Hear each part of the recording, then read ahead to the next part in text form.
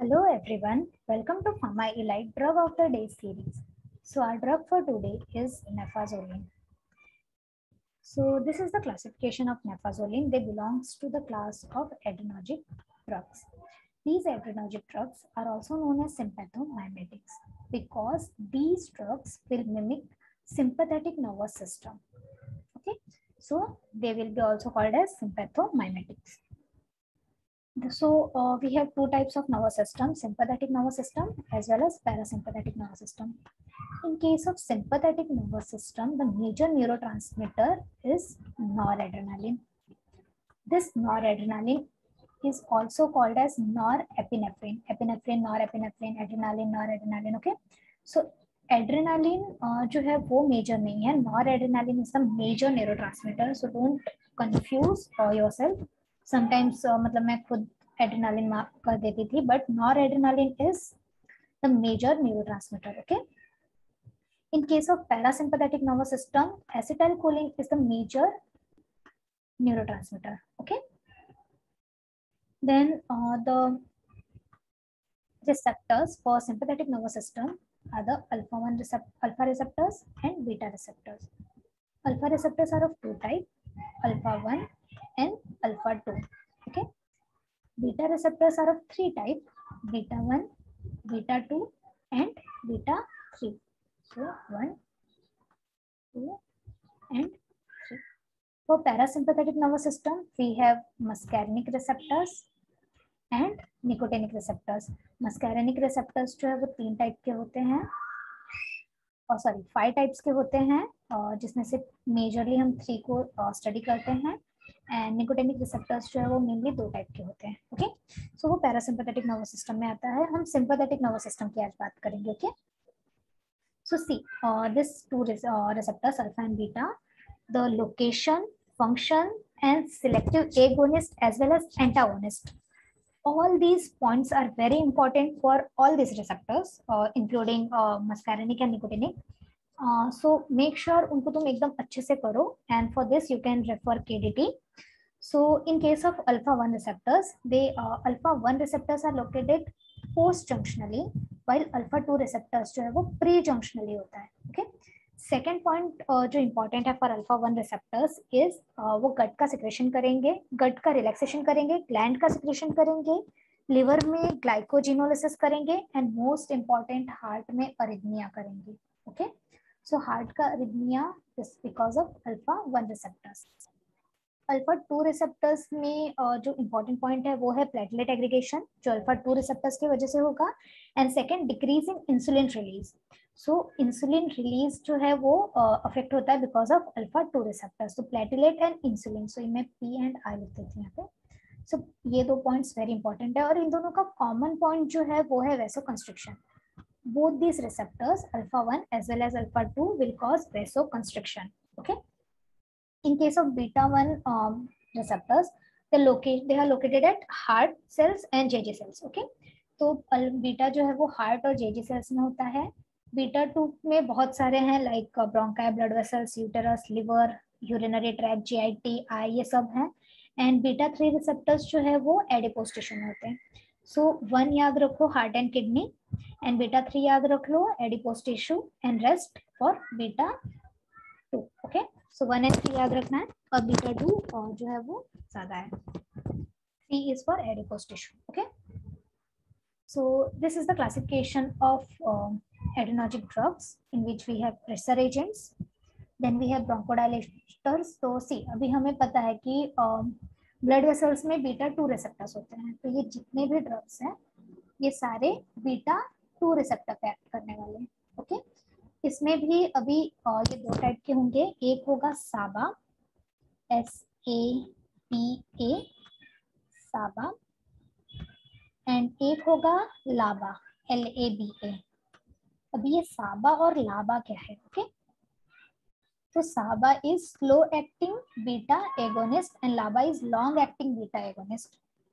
सो जो slow acting होंगे उनको साबा बोलेंगे, और जो लॉन्ग एक्टिंग होंगे उनको लाबा बोलेंगे. ओके, सो ये याद रखना. समटाइम्स ऐसा भी होता है कि हम लोग सिर्फ शॉर्ट फॉर्म्स देंगे साबा एंड लाबा, तो वो हमें पता होना चाहिए. सॉरी, साबा is short SABA is short acting beta agonist. Okay, so example of SABA is salbutamol, okay, and terbutaline, and salmeterol is LABA.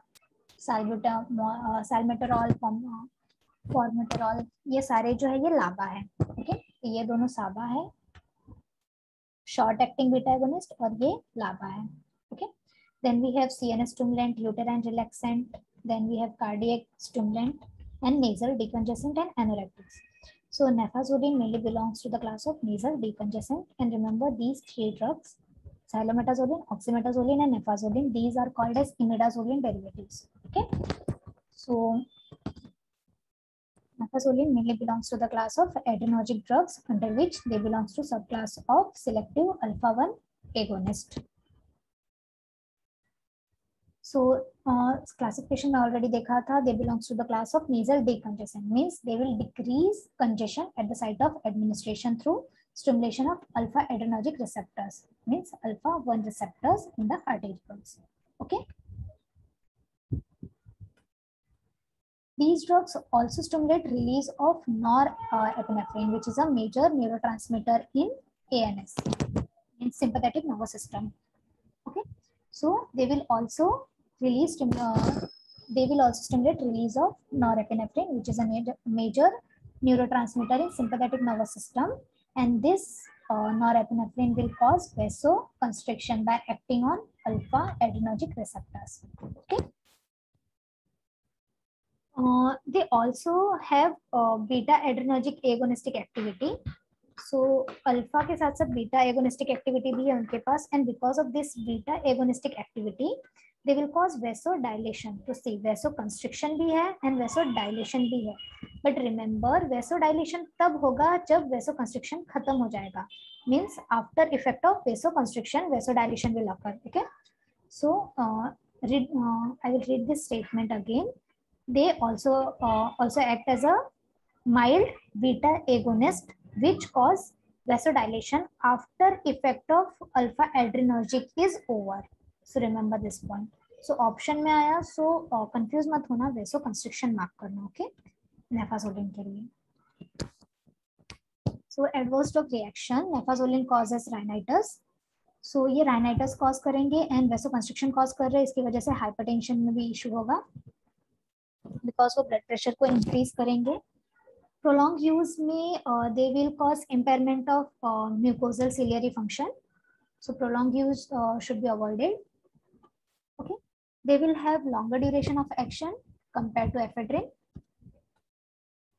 Next, these drugs can be absorbed from nose and produce systemic effect, out of which major is CNS depression as well as rise in blood pressure. Okay. See, वो vasoconstriction cause कर रहे हैं, hence they are contraindicated in hypertension. Contraindicated नहीं है, means थोड़ा precautions लेने पड़ते हैं while using in hypertension, because synergistic effect दिखाएंगे वो. Okay, and they are also contraindicated in with MAO inhibitors. So this is the structure of nefazoline. So ये structure में से यहाँ पे एक methyl ring है, यहाँ पे एक imidazoline ring है. So imidazole multi हो गया, यहाँ पे एक methyl है.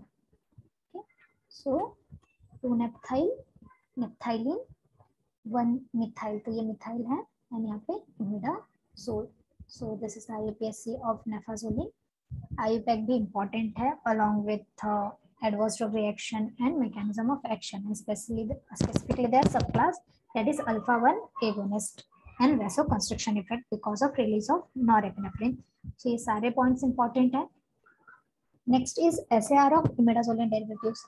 तो 3 ड्रग्स थे, oxymetazoline, xylometazoline and naphazoline. Okay, so this is the structure of naphazoline. ये रहा इसका imidazoline, imidazole moiety.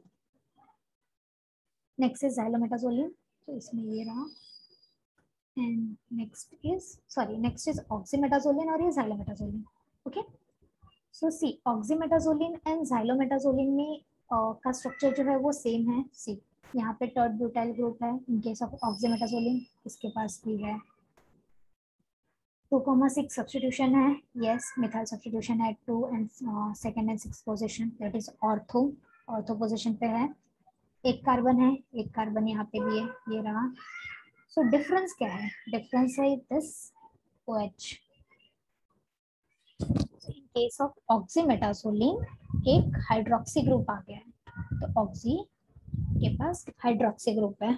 Okay, so इन दोनों के स्टार्टिंग मटेरियल्स भी सेम होंगे, राइट? बिकॉज ऑलमोस्ट के पूरे सेम है except this hydroxy group. So let's see the SAR. So the imidazoline derivatives are selective alpha 1 agonist. Means imidazoline derivatives कौन कौन से हैं? ये तीन drugs naphazoline, oxymetazoline and xylometazoline.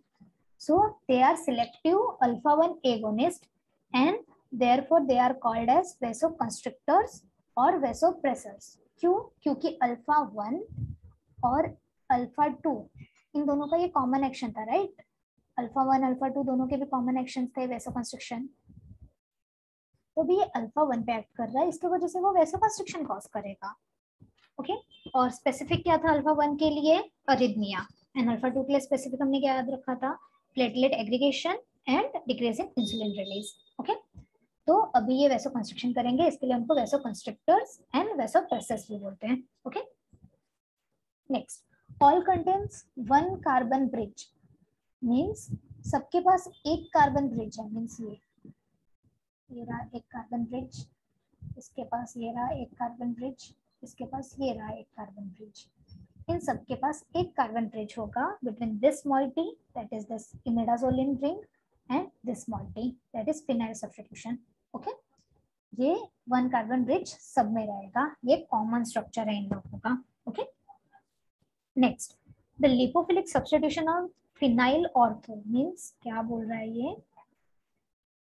Lipophilic substitution on the phenyl ring ortho to methylene bridge. Means ये methylene bridge है, ये methylene bridge है, उसके बाद जो फिनाइल है उस पर ऑर्थो सब्स्टिट्यूशन. मीन्स ये ऑर्थो पोजिशन है, ये भी ऑर्थो पोजिशन है, ये मेटा होता है, इसको पैरा बोलते हैं. यहाँ पे पैरा पे है, पैरा पे टर्ट ब्यूटाइल ग्रुप है. Okay, so ortho substitution, this ortho substitution is required for agonistic activity at alpha 1 and alpha 2 receptors.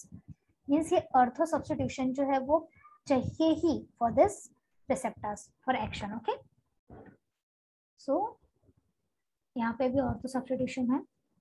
Okay, ये रहा ortho and ये होगा meta and ये होगा para. So this ortho substitution is required for alpha 1 alpha 2 receptor activity. Okay, next, bulky lipophilic group attached to phenyl ring at meta or para position provide selectivity for alpha 1 receptors. Means ये meta position है, right? इनके अगर meta position पे अगर कोई meta और para, okay, meta और para position पे अगर कोई bulky group लगा दिया तो अल्फा 1 के लिए सिलेक्टिविटी इंक्रीज हो जाएगी. Means the substitution at meta or para, bulky substitution at meta or para will increase selectivity for alpha 1 receptors by diminishing affinity for alpha 2 receptors. तो see, para position पे already एक बल्कि group है tert butyl. Means अभी इस पे tert butyl group आ गया, मतलब इनकी एक्टिविटी स्पेसिफिक हो गई फॉर अल्फा 1 रिसेप्टर्स. इसके लिए हमने स्लाइड 1 पे देखा था कि नेफाजोलिन जो है, naphazoline, oxymetazoline and xylometazoline that is imidazoline derivatives are the selective alpha 1 agonist. Okay, so ये उसका रीजन है. So this is the market preparation which contains oxymetazoline. So remember Sinarest जो है उसमें ऑक्सीमेटाजोलिन होता है, ये क्वेश्चन भी आया है पास्ट में.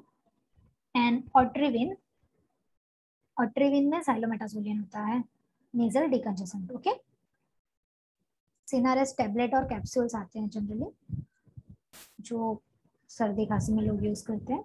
सो सिनारेस्ट जो है वो ऑक्सीमेटाजोलिन उसमें एपीआई है एंड ऑट्रिविन में xylometazoline है. Okay, next is synthesis. तो सिर्फ स्टार्टिंग मटेरियल याद रखने हैं हमको. सो सी, नेफ्थाइल ग्रुप है तो 1 naphthyl acetonitrile. Okay, this 1 naphthyl acetonitrile will react with ethyl alcohol और उससे हमें ये कंपाउंड मिल जाएगा.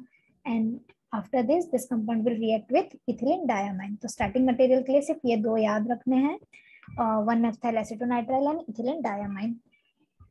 Okay, synthesis of xylometazoline। तो रिमेंबर xylometazoline एंड ऑक्सीमेटाजोलिन में हाइड्रोक्सी ग्रुप का ही डिफरेंस है, राइट? तो उनके जो स्टार्टिंग मटेरियल है वो भी ऑलमोस्ट सेम होंगे। सो थर्ड पे ब्यूटाइल ग्रुप रहेगा, फोर्थ पैरा पोजीशन पे ब्यूटाइल ग्रुप था, right? So third butyl 2,6 dimethyl benzyl cyanide, and इसमें भी सेम है अपना इथिलीन डायमाइन। सो ये दोनों स्टार्टिंग मटेरियल्स भी याद रखने हैं। So the question from GPAT 2017 was, Nefazolin is used for relief of nasal congestion. तो yes, वो nasal decongestant है. A pyrazoline derivative? No, they are imidazoline derivative, not pyrazoline derivative. Next, a peripheral beta adenoceptor stimulant. तो no, they act on alpha 1 receptor. So वो alpha receptor stimulant है, not beta. Okay. Then IUPAC दिया है तो obviously हमने ये भी देख लिया है। फर्स्ट ऑफ ऑल 4,5 डाइहाइड्रो था, 3,4 डाइहाइड्रो नहीं था, सो ये भी रॉन्ग है। तो correct answer is use for relief of nasal congestion. Okay, so for such videos, subscribe to our YouTube channel, press the bell icon for notification of new video. We also run free WhatsApp group where we post MCQs for GPAT and NIPAT preparation. If you want to get added in this group, reach us on this number with your name, college name, and city or college belongs to. Sorry. Next, you guys can follow us on Instagram, Facebook, LinkedIn, and YouTube. Okay, thanks for watching.